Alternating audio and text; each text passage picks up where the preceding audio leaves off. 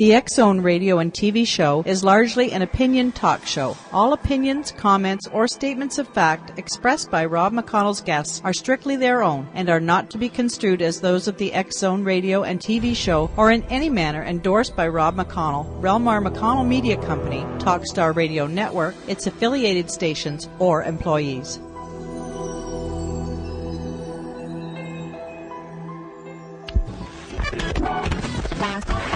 All Hit Radio.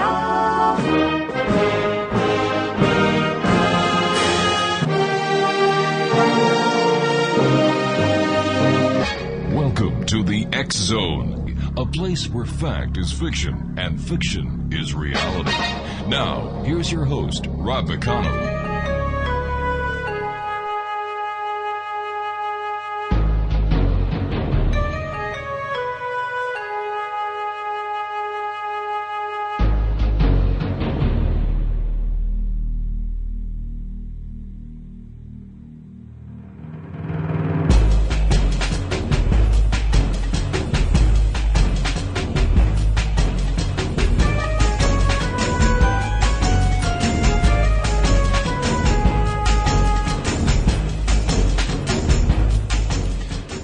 Welcome back, X-Zone Nation.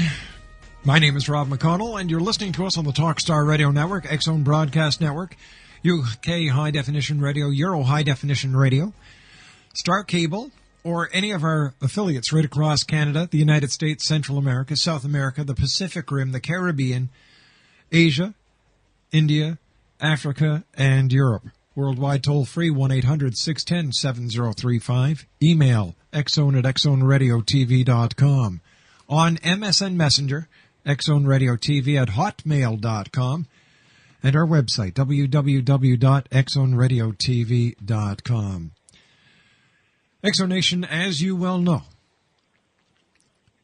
last weekend, or this past weekend, there was a devastating earthquake in China, followed by a tsunami, and now they are in a nuclear waste situation.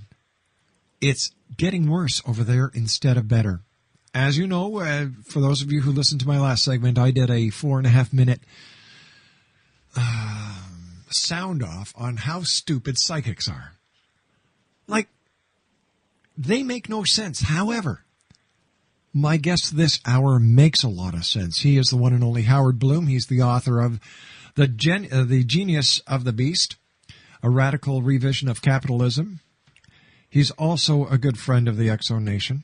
And joining me now from New York is Howard Bloom. And Howard, it's always great having you on the show. Rob, it's good to see you, even though this particular situation is a doozy, and that's an understatement. Now, where does what is happening in Japan fit into the big scheme of things, Howard? Is this part of what you have discussed, not only in The Genius of the Beast, but have you seen this happening, or have you seen that this was going to happen, or did this take everybody by surprise? Well, it's taken everybody by surprise, but it hasn't. Mother Nature is not very nice. In my first book, The Lucifer Principle, there's an entire chapter title called Mother Nature is a Bloody Bitch. Mm-hmm. And the fact is that nature, for the most part, provides for us in marvelous ways, but periodically there are things that are utterly beyond our belief. And if you peel out to the really big picture, we talked about the fact before that there have been 142 mass extinctions on the face of this planet since life began. That's 142 absolutely major catastrophes. So in the same way that the one thing you know for certain when you're born is that you will die. It's even more certain than taxes. It's just something that nature builds into the whole pattern. And catastrophe is another thing that you can be fairly certain of. So as humans, we have to plan for catastrophe, and we have to recognize that our heritage is catastrophe. That is, we came to be, the 2.5 million years of our evolution were one of the most tumultuous periods of time in terms of natural catastrophe that this planet has ever seen, and it's seen a lot of natural catastrophe. There were 60 to 80 ice ages. There were 20 global warmings. Those global warmings took place so fast that sometimes The temperature went up 18 degrees in 10 years, which is just astonishing. Flood was a normal part of the situation. Earthquake has been around for as long as can be, and what we humans did that was utterly unique to us is we left Africa, we traveled around the face of the continents, and we adapted to change. We even lived on the edge of the glacial sheets. We lived on the edge of the glaciers themselves that were killing us. So our heritage is as doom riders. Our heritage is as catastrophe tamers. And now this is not a nice thing to say right now because, in fact, there are roughly 460,000 people in shelters right now in Japan. That's 500,000 people. And you've seen the footage over the weekend. Yes, I have. So you know that those people are in a state that you and I can scarcely imagine. They've had their children ripped out of their hands. Their husbands and wives had disappeared. Their entire neighborhoods have disappeared. There's almost nobody that they know who is still alive. This is a situation of stress, of psychic pain that's beyond anything that you and I have ever experienced except in our very worst moments. Stand by, Howard. You and I have to take our first break. Howard Bloom is my special guest. www.howardbloom.net, and we'll be back on the other side of this 2-minute break as we continue from our studios in Hamilton, Ontario, Canada. Don't go away, Exo Nation.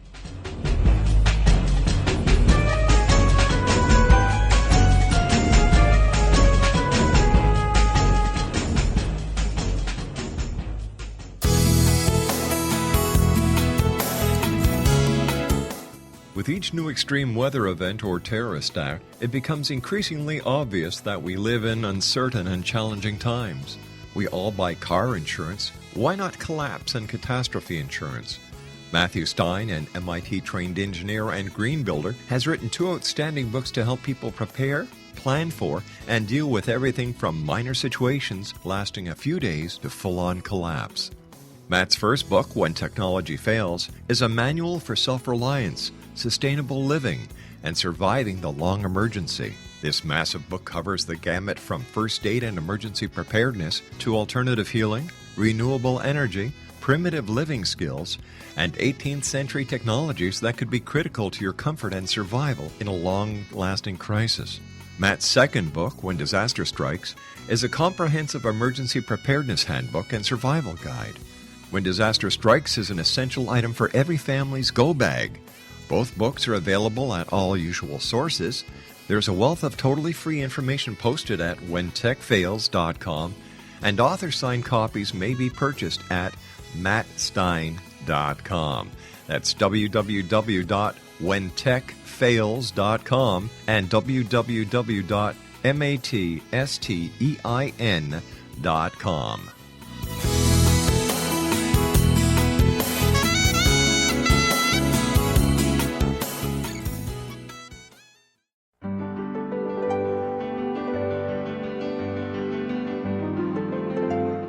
Named one of the world's greatest psychics, Elizabeth Joyce is now giving readings worldwide via Skype.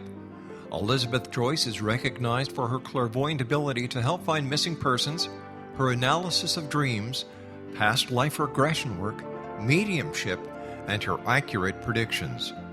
Elizabeth has been a frequent guest on the X-Zone radio show with yours truly, Rob McConnell, now for several years. For an appointment with Elizabeth Joyce, call 201-934-8986 or Skype at elizabeth.joyce. And for more information, you can always visit Elizabeth Joyce online at www.new-visions.com.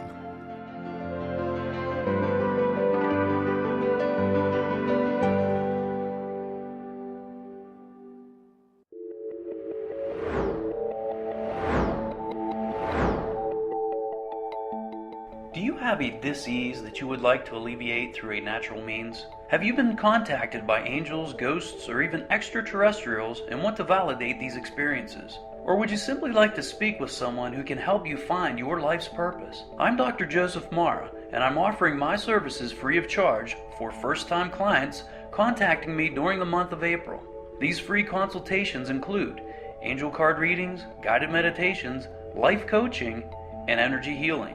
If you have always wanted to explore these types of experiences but were skeptical or simply could not afford them, then take advantage of this free special offer. Contact me through my website, aguidinglight, spelled LITE.com, to schedule your consultation today. Until then, I offer you love, light, and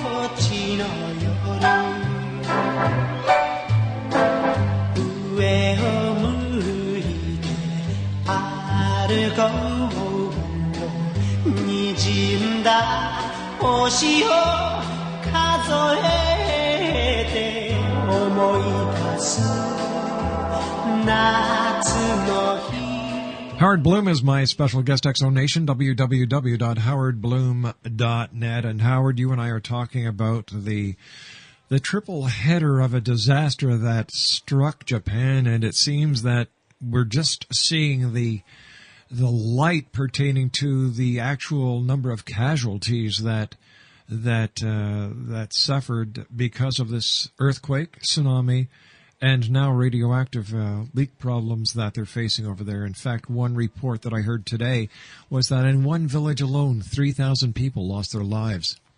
All right. So we don't really know the casualties at this point because the estimations are still in the 3,000 range. Yep. And as you said, just on the coast, 2,000 people were discovered washed up yesterday.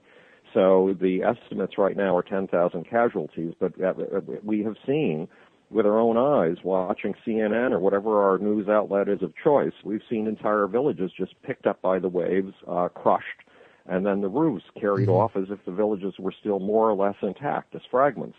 So a lot of people are gone. But you asked a very wise question, which is what is the big picture consequence of all of this? And one consequence is there is a race going on between Japan and China.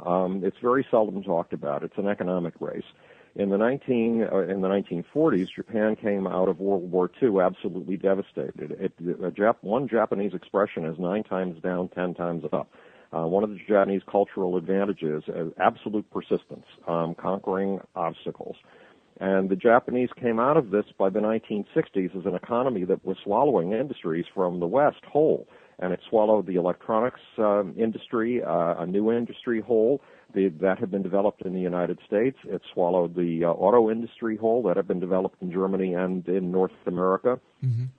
And it became, in the 1960s, 1970s, and 1980s, the second largest economy in the world, and the economy that looked like it would become the first very, very rapidly, despite having half the population of the United States. All of that came to a dead stop in approximately 1991, and Japan's been in economic stagnation ever since. And there's a very simple reason. Japan was able to lead in part because it had low-cost labor, and as a consequence, it was able to make goods inexpensively. Not only that, it had high-quality labor and had come up with absolutely marvelous new ways to make things. That role was taken over in the early 1990s by the Chinese, and the Chinese sucked the wind out of the Japanese sails. And the result is, that is sales as in the sales of a ship, and sales as in the sales of a retail store. And the result is that Japan has been in a state of economic stagnation for 20 years now, ever since 1991. Well, this is only going to get worse, and it's only going to get better in the following sense. Because delivery of parts, you know that Japan developed the just-in-time part system. In other words, you don't hold big inventory of parts, and you don't put a lot of money into warehouses filled with extra parts so that you can manufacture cars. You get your parts delivered from your suppliers just as you're ready to make the car. Well, that's broken down because transportation has broken down in Japan, and because there's been serious damage to an awful lot of the part suppliers. So the electronics industry and the auto industry are coming to a dead halt for the moment in Japan. That gives China an opportunity. It gives it a window of opportunity. It gives it a window of opportunity to get even further ahead of Japan for the moment. But then the Japanese showed us that they had a powerful advantage from having everything wiped away in World War II, and that advantage was they could build everything anew. That meant that they built more modern factories than the factories in North America. They built more modern transportation than the transportation system in North America, et cetera. So it is very likely that when the Japanese rebuild what has to be